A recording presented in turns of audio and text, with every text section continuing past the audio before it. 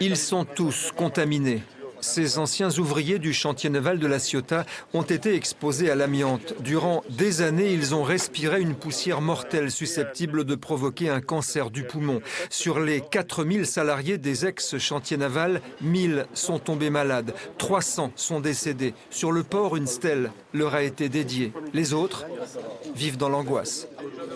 Moi, j'ai travaillé 20 ans ici au chantier, 10 ans à la réparation navale.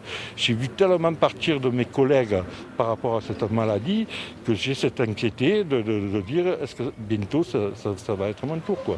Voilà, on en est là. Tous les copains qu'on rencontre se disent est-ce que je vais l'attraper, je ne vais pas l'attraper. C'est comme on dit bien souvent, c'est une épée de Damoclès qu'on a au-dessus de la tête. Le caractère dangereux de l'amiante a officiellement été reconnu en 1977. L'État avait à l'époque l'obligation légale d'effectuer des contrôles. Mais jusqu'en 1987, rien n'a été fait. Aucun contrôle n'a été effectué à la Normed pour éviter une exposition massive. Après 12 ans de procédure, la justice a enfin reconnu la responsabilité de l'État. Mais l'indemnisation des victimes ne sera jamais à la hauteur du préjudice subi.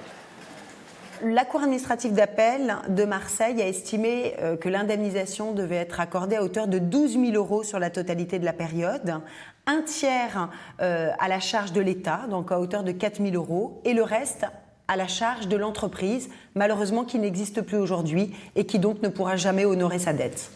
Aujourd'hui, les survivants de la Normed ont le sentiment d'avoir remporté une bien maigre victoire. Ils vont toucher 4 000 € pour n'avoir pas été protégés des dangers de l'amiante et pour vivre à jamais sous la menace d'un cancer.